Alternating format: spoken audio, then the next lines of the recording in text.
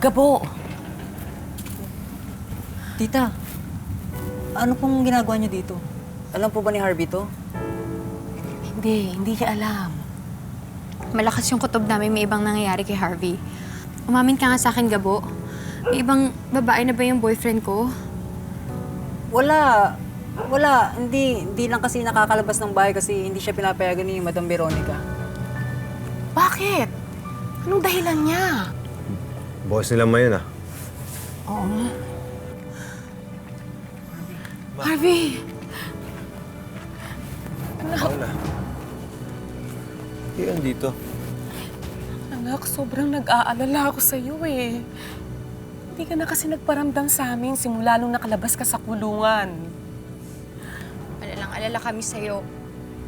Hindi mo man lang magawang sagutin man lang yung tawag namin o kaya text man lang kami. Mahalaga pa ba kami sa'yo, ha?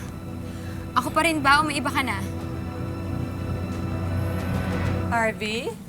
Oh, andito pala kayo. Good evening. Madam, magandang gabi po.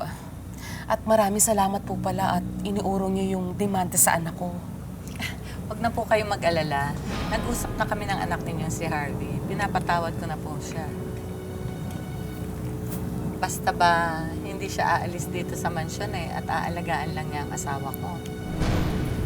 Pero sana po makauwi pa rin siya kahit isang beses sa isang buwan. Well, depende. Nagbibiro lang ako. Siyempre naman, hindi naman ako masamang amo. Mukhang pagod na kayo ha. Buti pa dito na kayo magpalipas ng gabi. Let's go. Sige ma. Una na po kayo.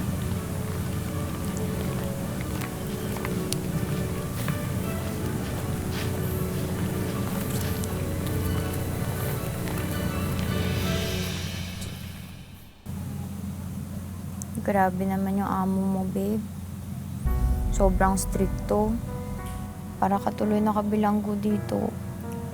Eh, kailangan kong tiisin. Alam mo, malaking utang na loob ko kay Madam Veronica. Siya nagpapagamot kay Mama. Tsaka yung sweldo ko sa kanya. Malaking tulong sa pag-aaral Jenjen. Paano naman ako?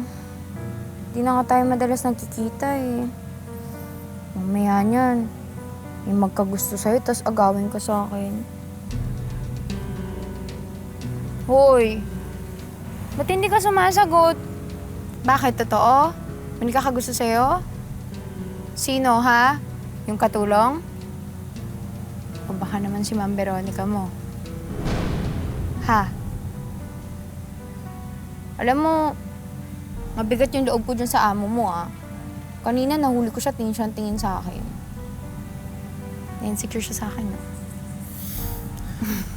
Hindi, babe. Sorry. Pagod lang ako. Okay. Huwag ka na mag-isip. Sorry. Na-miss lang kita.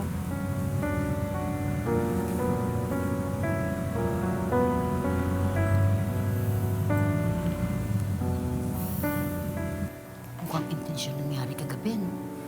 Buti ka mo hindi nahuli sa akto.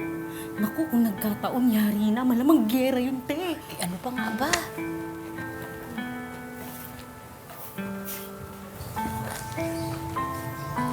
Sige po, sir. Kuha ko tubig.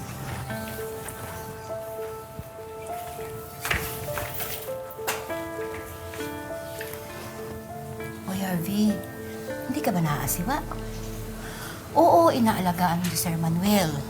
Tapos, may nangyayari naman sa inyo ni Madam. Naku, Harvey, huwag mo na intindihin mo ang sinasabi ni Aling Delia, ha? Alam namin kung ano nangyayari sa inyo ni Madam. Sa isang bahay lang tayo nakatira eh, kaya nahalata namin yun. Alam mo, Harvey, naiintindihan ka namin eh. Pero sana hindi magtagal eh. Makakaisip ka na ng parang para makaalis sa bahay na to. Diba, te?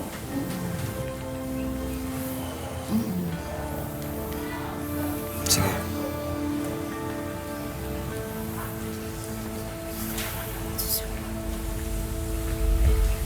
Sir, tubig niyo po.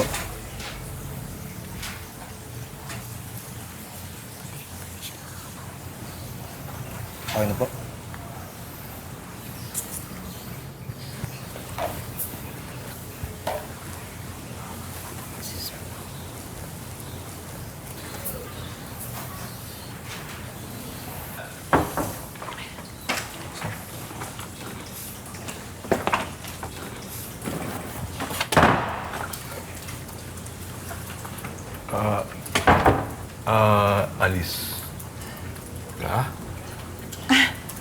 Hindi.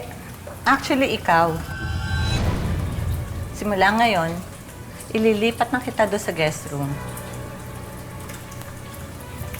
I'll take it from here.